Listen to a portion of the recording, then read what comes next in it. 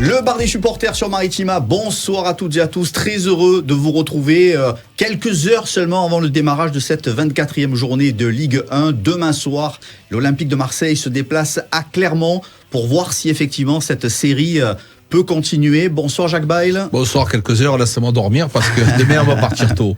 Bonsoir Steph Martins. Salut les amis. On va surtout voir les amis si l'Olympique de Marseille, après ces 2 victoires à domicile, peut enchaîner avec une victoire à l'extérieur. Oui, effectivement, c'est un nouveau challenge pour Jean-Louis Gasset. En conférence de presse, il a expliqué certaines choses. C'est un match important, bien entendu, au niveau des points. Il y a beaucoup de gestion à faire parce qu'il y a un match de Coupe d'Europe. Et comme je te disais hier, quand on dit les matchs les uns après les autres, non, lui, il faut qu'il gère 3-4 matchs parce que les joueurs, certains seront là, certains seront suspendus, certains seront blessés, certains ne seront pas qualifiés. Donc, il y a vraiment une alchimie à faire dans ce groupe qui est importante. Avec de l'enthousiasme et du plaisir, tu en parlais hier déjà dans le bar des supporters, on espère que les joueurs auront retrouvé tout ça. C'est ce qu'on a vu sur leur visage après ces 2 victoires à domicile. Donc oui, on a l'impression qu'ils ont retrouvé plaisir à jouer ensemble et à jouer les uns pour les autres. Voilà, il a parlé de simplicité dans sa conf de presse, Jean-Louis Gasset. Il a dit qu'il fallait redonner du plaisir aux joueurs, retrouver du travail simple. Et là, il a dit qu'il leur a demandé un effort supplémentaire de ce qu'il leur avait demandé sur les 2 premiers matchs pour aller chercher cette victoire face à Clermont. Finalement, la simplicité, c'est un rappel de banalité. C'est de rappeler que le football, c'est d'abord un jeu. On a tendance parfois à l'oublier. Oui et non. Il y a aussi la stratégie de jeu. Des fois, quand tu prépares ta stratégie, il y a ces fameuses relances basses. Je vous en parle régulièrement. Et lui en a parlé en conférence de presse. Il a dit, il faut surtout pas faire de relances basses quand tu es en manque de confiance. Parce que quand le joueur n'est pas en confiance, il n'est pas capable de faire un dribble proprement, surtout dans les 15 premières minutes où on n'est pas performant au stade Vélodrome avec ce public qui te donne une pression supplémentaire. Donc, il leur a expliqué, faisons des choses simples dans le jeu. Ne prenons pas de risques dans le jeu. Malgré tout, tu as pris des buts, même sans prendre de risques comme ça. Donc voilà, il y a plein de petites choses qui sont faites pour simplifier les têtes. Et c'est important. Petite revue d'effectifs cet après-midi en conf de presse avec le coach Jean-Louis Gasset pour confirmer les soucis pour Samuel Gigot, entorse acromio-claviculaire. On avait vu qu'il se plaignait, qu'il avait presque le bras en écharpe. Jordan Verretou, il y a une possibilité de forfait aussi. Murillo opéré, les blessures, ça continue un petit peu quand même. Ça continue un petit peu. Après, c'est dommageable cette saison-là parce que sous Tudor et sous Sampaoli, on avait quand même un staff médical qui était quand même assez cohérent et compétent et où on n'a pas eu énormément de blessés et surtout sur de la longue durée. Donc oui, après pour Verretou, Jean-Louis Gasset a bien dit en conf de presse, on va le protéger. Donc je pense, si j'ai bien compris, qu'il sera pas du groupe demain pour pouvoir le garder et essayer de l'avoir à 100% pour jeudi. Tu sais, Steph nous parle des blessures et c'est important de le signaler, Marc. Il y a blessures et blessures. Il y a les blessures dans le jeu avec des coups. Les adversaires qui donnent des coups, ça type rien. Il y a les blessures de fatigue, il y a les blessures musculaires, tendineux. C'est souvent des blessures différentes. Je trouve sincèrement que on a du mal à récupérer les joueurs, notamment le cas Correa. Il est resté longtemps à pas reprendre. Unai, on nous a expliqué que c'était le dos, mais combien de temps il est resté? Kondogbia, les rechutes sans arrêt. Valentin Rongier, cette blessure, elle dure quand même depuis très longtemps. Donc, sincèrement, il y a beaucoup de joueurs. Tu vois, Murillo, si on prend le cas de Murillo, ça fait combien qu'il est blessé? Ça fait combien de temps? Et maintenant, on me dit, il faut l'opérer. Tu es en train de nous dire quoi, là? Quand tu fais je veux juste vous dire toute cette constatation, au niveau des diagnostics. C'est pour aller où, ça? Que tu nous dis tout ça? C'est au niveau du diagnostic. Murillo, si tu me l'opères aujourd'hui, ça fait combien qu'il est blessé, Murillo, Marc? Ça fait au moins 3 semaines, un mois. Donc, maintenant, vous prenez la décision de l'opérer. Peut-être que le diagnostic a été mauvais. Je dis simplement que le staff médical de l'Olympique de Marseille, auparavant, c'était une de nos forces. On sait tous qu'il y a beaucoup de choses qui ont changé dans le staff médical.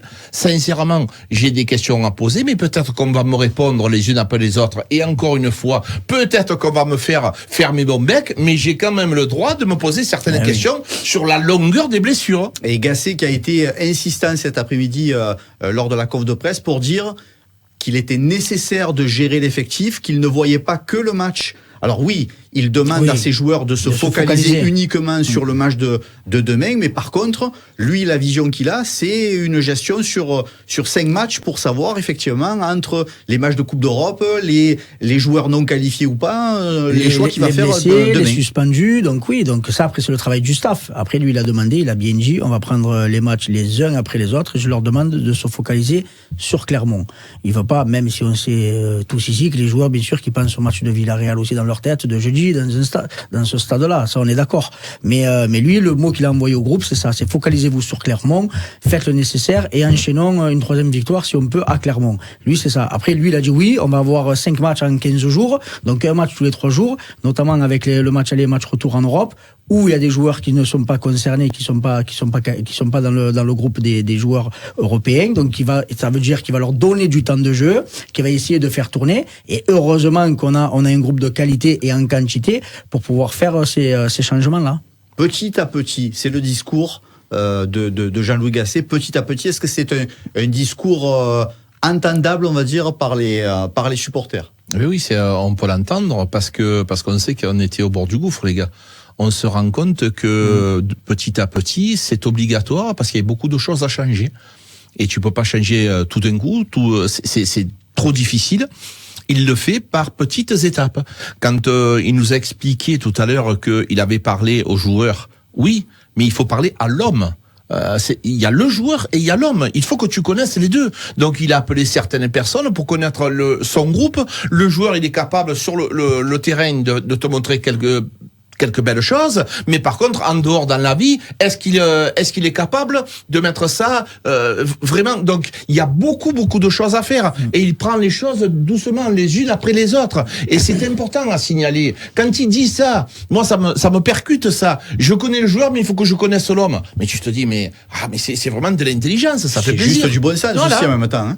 Mais justement pour revenir à ce qu'on se disait, le fait de dire à ces joueurs et même de dire en conf de presse petit à petit, est-ce que c'est pas aussi pour dédramatiser la pression, le calcul, la série, et donner encore un peu plus de sérénité à tout le monde? Donner du calme aussi, du calme à ce groupe-là. Après, nous en tant que suiveurs et amoureux de l'Olympique de Marseille, tu fais le calcul pour lui. Moi je fais le calcul pour lui. Il faut qu'on enchaîne. Tu n'as pas le droit parce qu'à un moment, je sais plus quel journaliste a posé la question.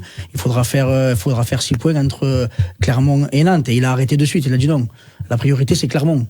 Et Nantes, on verra après. Et c'est là où après il a parlé de petit à petit. Mais toi, en tant que supporter, tu te dis Clermont à l'extérieur, Nantes à domicile, donc, ça doit être 6 points. On l'entend pas en tant que supporter. Moi, je te dis, pour moi, il faut qu'on soit européen. Donc, si on doit être européen, il faut qu'on aille chercher les points qu'on n'a pas su prendre en amont.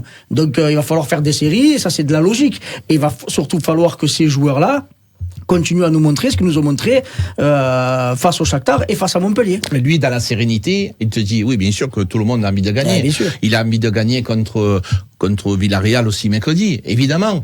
Mais il t'explique ce qu'il va falloir faire pour pouvoir gagner. C'est-à-dire qu'il y a des joueurs qui vont pas être qualifiés, des joueurs qui vont être blessés, d'autres suspendus. Je te le disais tout à l'heure, il y a une alchimie à faire. Et ça, elle est importante. Il faut qu'il parle au groupe en leur expliquant à tous, toi, je te fais pas jouer ce match-là parce que, par exemple, sur le cas Onana, tu veux pas le faire jouer contre Clermont parce que Verretou se repose et dire à Verretou, écoute, tu vas te reposer contre Clermont, tu vas jouer contre Villarreal parce qu'Onana n'est pas qualifié. Il y en a plein de choses comme ça. Pourquoi pas faire sortir le petit Merlin, quand je dis toujours le petit, mais Quentin Merlin, en cours de match, et faire rentrer Garcia, qui lui, n'est pas qualifié pour la Coupe d'Europe. Donc voilà, il y a la gestion d'avant-match, il y a la gestion pendant le match selon le résultat. On appelle ça du coaching. C'est pas innocent. Qu'est-ce que vous Par retenez? contre, je te coupe, excuse-moi. Si je jouerais le mercredi, je serais le plus heureux, frérot. C'est jeudi, Villarreal. Jeudi, pardon. Parce que ça veut dire qu'on serait avec des champions. Ouais, c'est clair. C'est pas grave, on va y revenir. Qu'est-ce que vous retenez du match aller face à Clermont, à part la victoire de buts à 1? C'était un match compliqué. C'était un match compliqué où on avait quand même souffert à domicile. Et de toute façon, quand tu regardes le dernier match de Clermont face à Nice, il faut match nul, si je dis pas de bêtises. Oui, 0-0. C'est vrai que quand tu te dis l'Olympique de Marseille va jouer à Clermont, bon après, vu la force du moment à l'extérieur, tu peux te poser certaines questions. Vu ce qu'on a su faire sur les 2 derniers matchs, tu te dis on est potentiellement favori sur le papier, mais pour moi ça sera loin d'être un match facile, parce que eux vont vouloir sauver leur saison. toi, tu dois aussi, entre guillemets, récupérer des points pour essayer de recoller au peloton de tête.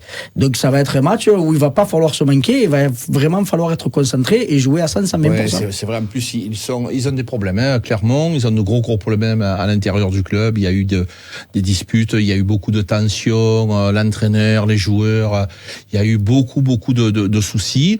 Nous, on ne doit pas s'abriter avec ça. Il faut pas s'en occuper. Mais ce que je veux vous dire, les gars, c'est que c'est difficile partout, dans tous les clubs. Nous, ça prend vite de l'ampleur parce que c'est l'OM. Mais dans tous les clubs, c'est compliqué. On a vu Rennes aussi. Ils ont licencié l'entraîneur. C'est facile nulle part. On voit Lyon où ils ont changé l'entraîneur, ils sont revenus. Donc, c'est difficile partout. Mais nous, ça prend vite de l'ampleur. L'OM accompagné d'une colonie de supporters marseillais pour ce déplacement à Clermont. Par contre, des mauvaises nouvelles pour les matchs européens. On va dire que l'UEFA et la LFP, même combat, avec le virage nord qui devrait être fermé quand tu peux prendre de la recette, ils se gênent pas, donc ça devient fatigant. Voilà, c'est tout simplement honteux d'avoir une partie ou la totalité, ça reste à confirmer, du virage nord qui serait suspendu pour le match de Coupe d'Europe. Donc voilà, ça prive aussi les joueurs d'une communion avec leur public, d'une force supplémentaire. Parce que quand les deux virages sont à l'unisson, je peux te dire que du bruit il y en a et ça pousse les joueurs à aller encore plus de l'avant. Mais encore une fois de plus, ça se gêne pas pour se targuer de l'ambiance du Vélodrome. Je parle de l'UEFA et des tifos et tout ça pour après derrière te taper très sévèrement à la moindre erreur. Au bout d'un moment, il va falloir s'asseoir peut-être autour d'une table et pouvoir faire en sorte que ces choses-là s'arrêtent parce que ça devient du ridicule. Et pour que ça s'arrête, Marc, tu peux faire chez l'UEFA un cahier des charges pour pouvoir utiliser les fumigènes. Dire à certains groupes de supporters, on vous autorise, à partir du moment où il y a des seaux, des poubelles, pour pouvoir les éteindre en cas de quoi que ce soit. Tu as des groupes de supporters et puis tu as des supporters lambda qui ne sont pas dans les trucs. Des groupes comme qui tu disais la dernière fois qu'il y a eu le caillassage du bus, tu peux pas empêcher quelqu'un de faire un crochet. Non, mais c'est pas pareil. Là, tu as été pénalisé parce qu'ils ont mis beaucoup de fumigènes. Si c'est pas le danger, c'est pas ça. Ce qu'ils souhaitent pas, eux, c'est qu'il y ait beaucoup de fumigènes qui soit sorti. Donc, il va falloir, à un moment donné, mettre un cahier des charges pour que les stades puissent faire la fête, pour que les supporters puissent faire une fête. C'est quand même, c'est important. Quand tu regardes un match de football, qu'il y a cette ferveur, cette ambiance, grâce aux fumigènes, grâce aux supporters. Mais même eux, ils sont en train de se tirer une balle dans le pied. Le jour où vous aurez des stades, on appelle ça des théâtres ou des musées, vous aurez de moins en moins de gens qui vont regarder les télévisions parce que là, la plupart des gens, il y a les passionnés de football, mais il y a des gens qui sont pas passionnés de football qui vont regarder aussi le spectacle que proposent les supporters. Non, mais voilà, il y a des enfants, il y a des familles, tout le monde regarde et on regarde les tribunes. C'est ça aussi la fête. Mettez en place des choses pour pouvoir aider ces supporters à faire la fête. C'est la lune à faire ça. Ces cahiers des charges n'existent pas, Steph? Non, mais après, faut laisser les groupes faire ce qu'ils ont toujours fait. Ça a toujours été dans la culture. Donc, il faut laisser faire cela. Il n'y a jamais eu de blessés. C'est quand même encadré en interne. Donc, c'est fait correctement. Donc, 10 mois, là, sur depuis le début de la saison. C'était pas un fumigène qui a été jeté sur la pelouse, en l'occurrence. Non, mais ça, c'est celui qui est parti de gagner. Ça, bien sûr, c'est un individu. Ça part pas des groupes. Mais ça, bien sûr, ça revient à ce que tu dis. Et là, tu as de quoi faire le nécessaire. Mais quand c'est dans les virages, il n'y a jamais eu aucun problème. Donc, au bout d'un moment, il faut arrêter. La réalité, c'est quoi? C'est qu'ils savent, et la Ligue 1 et l'UEFA, que dans pas mal de stades en Europe, ça craque, ça fait du spectacle, du très beau spectacle, parce que je me répète, ils s'en servent quand ils ont besoin de vendre leurs droits télé, de montrer des beaux tifos, de montrer des fumigènes, ça les gêne pas, par contre. Par contre, après, pour taper du poing sur la table et prendre des amendes, c'est du racket. C'est pas logique. C'est du racket, tout simplement. Et c'est comme ça qu'ils s'engraissent. Allez, retour au terrain. On a vu une petite revue d'effectifs tout à l'heure avec les blessures supposées de Jordan Verretou, confirmées pour Samuel Gigot. Du coup, est-ce qu'on va avoir un retour au 3-5-2 ou pas forcément, parce qu'effectivement, comme disait Gasset, il y aura des choix à faire sur les 5 matchs. Oui, évidemment, il nous a expliqué que potentiellement il y avait la possibilité d'aligner Meïté, Baléardi et Mbemba, et d'avoir sur le côté Klos et Merlin. Ça, c'est possible, mais pourquoi pas changer, parce que l'adversaire peut être surpris par une autre façon de jouer. J'adore ce genre de discours parce que quelquefois il faut pouvoir s'adapter à l'adversaire. Si l'adversaire te propose des joueurs avec des capacités sur le couloir, qui sont capables de le prendre le couloir et de te mettre en danger, pourquoi pas faire une défense à 4? Donc il faut aussi étudier l'adversaire. Personnellement, pour nous, on est capable de bien évoluer sur ce système-là. On a les capacités et les qualités. Mais quand on t'explique les choses, on peut avoir des idées, nous, mais on n'est pas des démonstrateurs. Oui, on peut plus comprendre les arbitrages. Mais exactement. Quand l'entraîneur te dit oui, votre idée elle est bonne. Par contre, moi, je suis pas en possibilité ou en capacité de, parce que j'ai lui de blessé, j'ai lui de suspendu. Sur le prochain match, j'ai pas envie de me mettre en danger. C'est des explications précises. Et c'est ce qu'on avait besoin jusqu'à présent. Steph, quel compo pour toi? Qu'est-ce que tu as envie de voir demain soir? Moi, j'aimerais repartir sur un 3-5-2, mais vu que Gigot est absent, je pense qu'il risque de partir sur un 4-4-2 ou un 4-3-3. Voilà, je pense qu'il partira plus sur ce côté-là. Après, voilà, tu auras, je pense, Meïté avec Mbemba Balerdi, Klos à droite, Merlin à gauche. Après, je vois Onana Kondogbia. Après, je vois... Avec Aminarit. Ouais, avec Aminarit. Je vois André. Non, mais attends, je suis en train de réfléchir. Parce que le blessé... Après, il va te mettre... Après, tu vas voir Sarr, Aubameyang, Ndiaye. Après, j'aimerais bien, dans ce genre de match-là à l'extérieur, où il faut peser sur les défenses, Moumbagna, il peut faire du ménage aussi. Oui, c'est une possibilité aussi. C'est pour ça que, personnellement, je vois plus un 3-5-2, avec les deux attaquants, Aubameyang et Moumbagna, et peut-être que derrière, au lieu de mettre Aminarit, tu peux mettre Ndiaye, ou Ndiaye puis Aminarit. Donc voilà, il y a des possibilités. Mais un 3-5-2, donc tu mets Meïté. Oui, moi je mets Meïté, Mbemba, Klos, mais il faut pas se blesser après. C'est un petit peu la nature du discours de Gasset. C'est pour ça que si on pense à Clermont demain, qui est un match important, et là, il faut mettre le meilleur effectif pour pouvoir performer. Donc le meilleur effectif, il est là, et c'est avec 2 pointes. Les stats à l'extérieur sont pas terribles. On l'a déjà dit plusieurs fois. Qu'est-ce qu'il faut faire? Quelles sont les solutions miracles du professeur Gasset? Les solutions miracles, il en a parlé. Il a dit si on prend et face au Shakhtar et face à Montpellier un but dans le premier quart d'heure, pour lui c'est un problème de concentration et de confiance. Donc voilà, donc je pense qu'avec ces 2 résultats-là positifs, il a dû acter sur le fait que l'équipe et le groupe a été en réaction. Donc ça déjà c'est bénéfique, mais il va falloir que les entames de match et de première et de seconde du mi-temps, on soit directement dans le bain. Et après, si on joue avec nos qualités comme on a su jouer sur les 2 derniers matchs, ça devrait passer. Aminarit était en conf de presse aussi cet après-midi. Il est revenu sur sa CAN difficile, pas de temps de jeu. Et il disait qu'il avait été un petit peu coupé dans son élan et qu'il était revenu presque plus fatigué qu'avant de partir. Est-ce que ce sont des arguments recevables? Mais oui, c'est recevable. Aminarit, c'est un compétiteur. Je trouve qu'il est très très vite revenu. Il a fait beaucoup d'efforts. Dans ce genre de situation, les jeunes joueurs ou les joueurs de football, ils donnent beaucoup de leur personne pour pouvoir revenir au niveau, pour pouvoir revenir physiquement.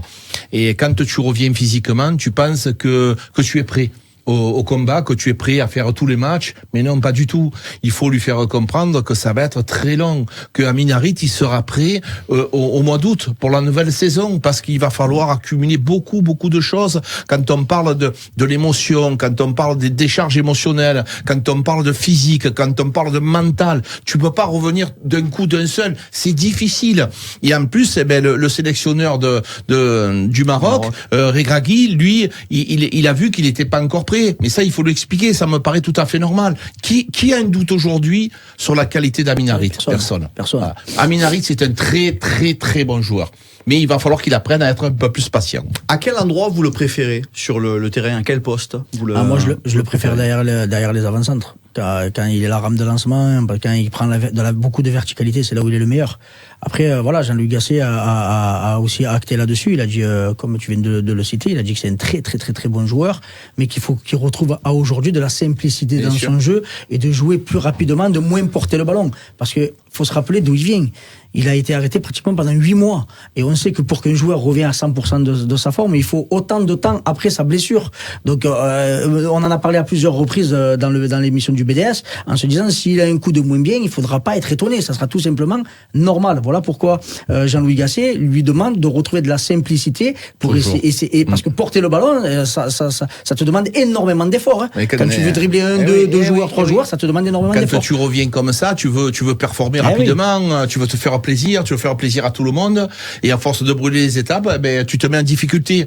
Donc, simplicité. Souvent, quand ils jouent, Steph nous le disait régulièrement, quand ils jouent avec Unai, ils ont tendance tous les deux à faire un petit peu de la baballe. Et surtout pas, c'est pas le moment. Il va falloir faire des choses simples. Amin Harit, il a maintenant pris un peu plus de physique, il est capable de pousser un peu le ballon beaucoup plus loin que d'habitude. Il a cette capacité avec son corps d'éliminer pas mal de joueurs. Donc franchement, on est content de l'avoir avec nous. Allez, les pronostics de l'équipe du BDS pour ce Clermont Olympique de Marseille. Steph Martins. 2-1 pour l'OM. 2-1 pour l'OM, même score qu'au match aller. Jaco. Moi, je vais te dire un clean sheet. 2-0 pour l'Olympique de Marseille. Clean sheet, il a dit. Il a joué au loto. Mais oui, les gars. Il me ça fait 3 semaines d'anglais. Clean sheet 2-0 pour toi. Oui. Allez, 2-0 pour Jacques Bail, 2-1 pour Steph Martins. Mettez une petite pièce et on verra lundi effectivement qui a été le plus efficace. Merci les amis. Clermont OM, c'est samedi soir 21h en direct sur Maritima. Ce sera bien évidemment avec la team OM au grand complet, Jacques Bail et Karim Attab en direct de Clermont, et puis Steph Martins et Enzo bien évidemment pour tout le reste de la soirée, le débrief bien sûr après le match, pour nous donner toutes vos réactions. Merci les amis, merci Jaco. Merci, on embrasse Karim. Merci mon Steph. Merci, toujours un plaisir les amis. Une grosse bise à Karim Attab qu'on retrouvera effectivement demain soir. Bon week-end, bon match et à lundi.